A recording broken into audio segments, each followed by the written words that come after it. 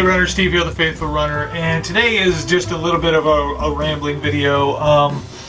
I just want to talk about some stuff. Some of my videos kind of turn out to be rambling videos because I like to talk. But anyway, today I want to talk a little bit about the OKC Half Marathon.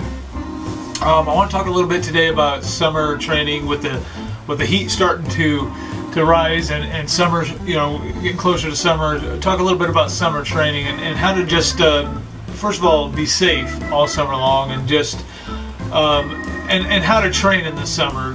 Because with the summer heat and things like that, you have to be careful, and it's all about being safe and staying healthy.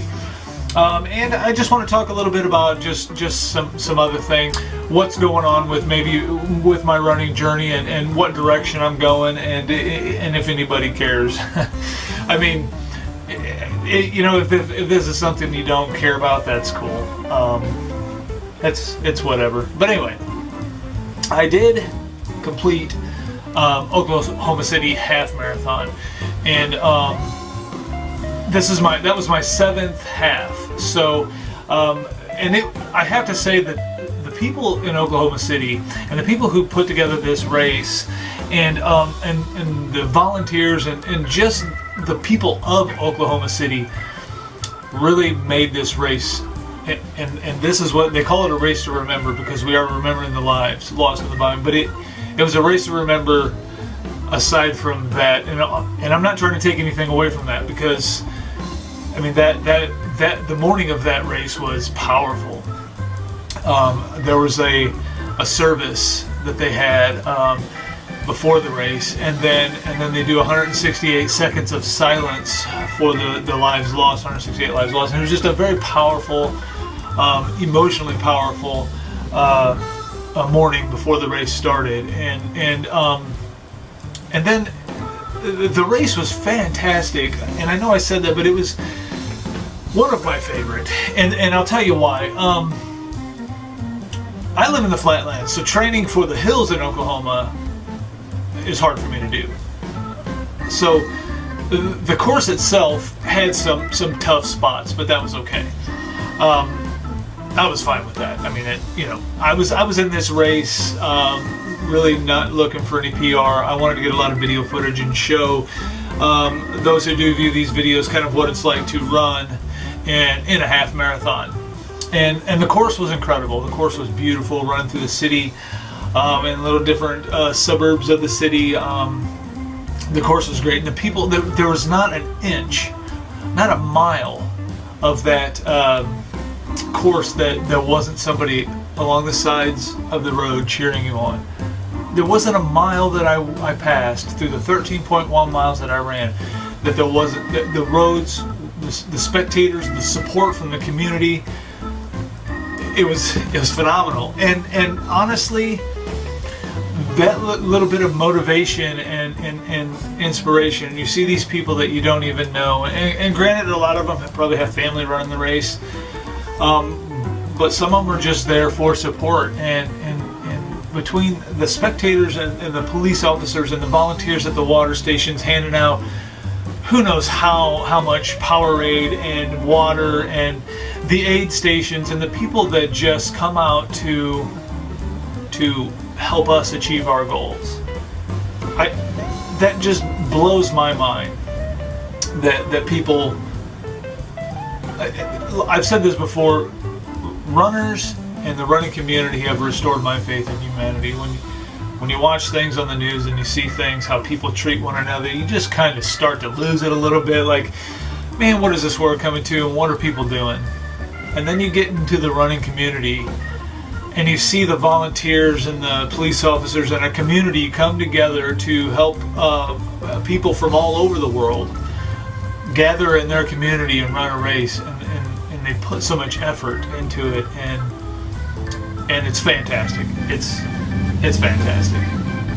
So the course was awesome, and if you haven't seen that video, I'll put a link below of the video of me running the OKC Half Marathon course. And I kind of put it together, from start to finish, from going there, waking up that morning, heading to Oklahoma, driving 704 miles to Oklahoma, getting up for the expo, and then getting up for the race, and then actually running the race. And the cool thing about this race is I had a cousin who ran it, and her first marathon ever, and she rocked it. Had a friend who ran it, not his first marathon ever, and he's just a strong runner, and he rocks pretty much every race he runs. But the course was great. The people were great. The community was awesome, and I much enjoyed it. Now, like I said, there was some hills and things like that, but it really didn't affect me much. A different mindset for this race. I had an uncle who lived in Oklahoma, and he's since passed, but he had a big impact on my life, and he is the reason that I have determination and drive to keep pushing forward and to keep pushing forward in my running journey, is a lot because of his influence in my life, and that's how I have cousins and things in Oklahoma, because my uncle's from there, and it made it special. And it made it special just to have a friend there. It made it special to have my cousin running her first half, and she did amazing. And it made it special because I was remembering not only the lives lost in that bombing, which was horrible, but I was remembering my uncle as well. And the feeling that he may have kind of been with me a little bit, definitely in my heart, and in my thoughts for sure. And remembering things that he taught me growing up made this race awesome, and it was an awesome race, and I made a big deal out of this race, and I did the recordings and things for those reasons. So I want to talk a little bit about summer training. I'm a guy who, this is the way I train anyway. Now everybody has to figure out what works for them as far as training and as far as everything, as far as their nutrition, whatever. You have to know what works for your body, and figuring that out, I mean, that takes a little time and you know, and a little effort. And I've kind of figured out what works for me and what my body can handle and what I can do, and so training year round is what I do. Running year round. I'm not always training, but running year round through the winter months. Spring, summer, fall, it doesn't matter. I run year round. As a matter of fact, I really embrace the change of seasons. I love it. I love when we're transitioning from winter into spring, into summer, into fall, into winter. I love it. I love the transition, and I love just being out in nature. I don't mind the cold at all. I've got winter running gear. Fall's fantastic. Spring is fantastic. It's cooler, but not cold. You know what I mean? So, and then there's summer. And I want to talk a little bit about summer training, because you have to be careful. And running in the hot heat, and some people don't run in the hot heat. Some people don't run if it's too hot, and that's probably not a bad idea. Now, for me, I know I can handle it. I know I can go out into the hot heat and run.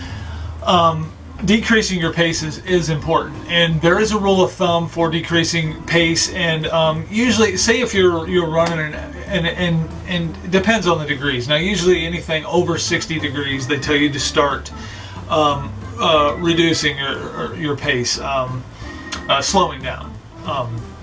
So, you know, if you're normally running in the cooler weather at an 8-minute mile, when you start getting over 60 degrees, they suggest that you do 2 or 3% slow down. So, you know, if you're running at an 8-minute mile, you start running at 8:12 or something like that, and then just go slower and slower and slower as the temperature rises. So if you're running in 90-degree weather, you really need to watch your pace.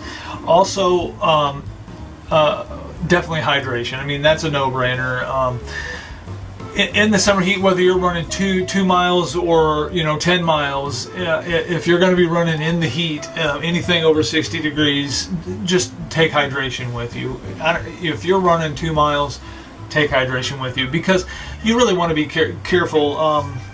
You don't want to overheat, and and water is you're gonna want it, and you're gonna need it. Your body's gonna need it. You're gonna sweat more. You're going to need that hydration. And it's all about being healthy and taking care of yourself. That's why you're running anyway. So pay attention to that. Take care of your body and make sure you hydrate. Hydration is super important. And just play it smart. I mean, if it's going to be 110 degrees out, or if it's 85 degrees at 7 in the morning, it's going to be hot. And some days maybe you just shouldn't be out there. Some days maybe you should just say, you know what, today I'm just going to take a break and I'm not going to run. It's too hot. Know what you can do. Know your limitations, and everybody has them. And know that if the heat's going to affect. And sometimes we don't think we have limitations, and I'm kind of an example of that, and it's I'm not proud of that. Sometimes I do. I will push myself and have pushed myself, and I'm learning, and I've learned over the years, and that's why this last Oklahoma City race was a good one, because I didn't push myself so hard, and I didn't have a PR, and I really didn't care how long it was going to take me to run this race, because I was really enjoying it and embracing the moment and the reason and the whole deal. But anyway, know your limitations, and don't push yourself to the point where you're going to risk heat stroke or sickness or injury, and that's important, because again, I'll say it 100 times, it's all about staying healthy. And you're out there moving your body, whether you're doing a 15-minute mile or a 6-minute mile. If you're going 3 miles, whether you're doing it at 15 minutes or a mile or a 6-minute mile, you're still going 3 miles, and that's good for you. And if you enjoy playing around with numbers and playing around with speed, and you have those abilities, that's great. And congratulations, because that is great and that's impressive. But if you're not fast, so what? Because the important thing is you're out there moving your body. You're getting exercise and you're staying healthy. And that's, pat yourself on the back, because you deserve it. It doesn't matter how fast you are. It doesn't matter how far you go. It is important to set goals, and I won't tell you not to, because that keeps us out the door and keeps us pushing forward. And to have goals set is great. But it doesn't matter how fast you run your first 5K or your 10th 5K. It doesn't matter how fast you run a 13.1 mile race. It doesn't really, in my opinion, doesn't matter. There was a point where I played around with numbers and speed and wanted to better my times, but I'm at the point now where I've got my goals set are for distance, and my goals set are not out of reach, in my opinion. Some people think I'm crazy. I plan on running a half marathon in every state in the United States. So far, I've done Indy, Illinois, and Oklahoma. I'm doing Kentucky this year, and then back to Indy. But I am going to run a half marathon in every state. Now, it's going to take me 20-some years, and I'm becoming an old man already. But I'll be 60-some years old by the time I accomplish this goal, and to me that doesn't seem out of reach or ridiculous. I've ran next to guys in half marathons that were 75 years old. So, I can do this, and I have no doubts I can do this. So just be careful in your summer training, and just watch what you're doing out there and be safe. Now, getting into some of my goals that I have for my running journey. Now, I just told you one of them, I'm running a half marathon in every state, and I'm working on that. I've got a map in my house on the wall. I'm putting pins in every state that I run a half marathon in. Another goal is to run a full, which I have plans of doing that in November for the Indianapolis race, Monumental. And right now, that seems unrealistic, only because I've never ran that distance. I know I'm pushing towards that goal, and I'm pretty sure that I will reach that goal, because there was a time in my running career where I never thought I'd run a 5K, a 10K, a half marathon, or whatever, and I have. So the full marathon is on the list for this year. If I can get through a full marathon and accomplish that, I have plans of running an ultra, a 50K ultra trail run, and then my biggest goal that I want to achieve, and I want to do this someday, and it would take a whole lot of planning, and it sounds so difficult to put this together, but I would love to run the full length of Route 66, which runs from Chicago to California, which is like 2,248 miles. I figure running 30 miles a day for 6 days a week would take me 4.5 to 5 months to achieve that goal.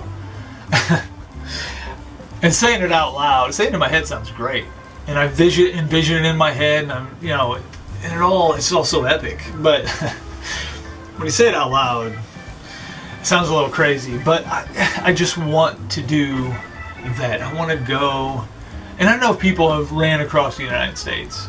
I mean, a lot of people have done that, but I want to do it, and I really do want to do that. And you just never know what I'm gonna do. I never know. I kind of jump into things, and so anyway, so that's kind of what's going on in my running journey, and my last race was incredible, and running's been awesome for me, and I hope that if you want to get into an exercise, it doesn't have to be running, and I hype up running so much because I have a deep passion for it. But you could get into biking or anything, swimming and whatever, as long as you're staying active, as long as you're moving your body, burning some calories, working up a sweat, elevating your core temperature, and eating right. That's great, and I think everybody should do that. God was kind enough to give us this planet and kind enough to give us this body, and I think that God expects us to take care of it, and that's what I'm doing. Just taking care of my body, because there was a time where I took this all for granted. I took food for granted, and food has a whole new meaning to me now, and it's not something you take for granted. But anyway, see how I ramble? I just start to ramble and just keep rolling and rambling and talking. But anyway, I don't want to take up too much of you guys' time. I thank you guys so much for watching, those that watch these videos and enjoy these videos, and if you could share them and pass it along. I'd like to reach out to as many people as I possibly can as far as health and fitness goes, and no, I don't know everything. I really don't, not even close. But I know the basics, and I know how to get you started, and I know what works for me, and some of the basics work for everybody, and I'd like to just help you out. I'd like to. I know injury. I've got an injury right now, so I know injury. I know some preventative measures to take for injury, and how to get through injury and how to recover faster. And I just know some stuff. Over 5 years of researching everything running, I know some stuff, and I just like to help anybody out who wants to be healthy. And I know the feeling of just being sick and tired of being sick and tired, and it gets old. And if you want to be healthy, you can be healthy. And I have no doubt about that. So, thank you guys for watching. Keep running, keep working hard at your goals and pushing forward. And don't get discouraged, because you're doing a very positive thing for yourself when you're out there pushing 2, 3, 4, 20, whatever miles you're pushing. You're doing a very positive thing for yourself, for your body. And I believe not only physically, but mentally and spiritually, and all that goes along with running. For me anyway, and I've heard a lot of runners say it does for them too. So thanks for watching, guys, and we will talk to you soon. Bye. Oh yeah, before you leave, I wanted to show you my medal, my finisher's medal. I wanted to show you guys this. This is my Oklahoma City finisher's medal, half marathon, 2015, 15th annual. They've been doing this for 15 years, which is, I mean, it didn't even seem like that happened that long ago. It was longer than 15 years ago that actually took place, that bombing. It's crazy. And here's my bib, my name and stuff on there. That was my bib number. I was in the B corral. But there's the course on the back. But yeah, I just wanted to show that to you guys real quick, so bye.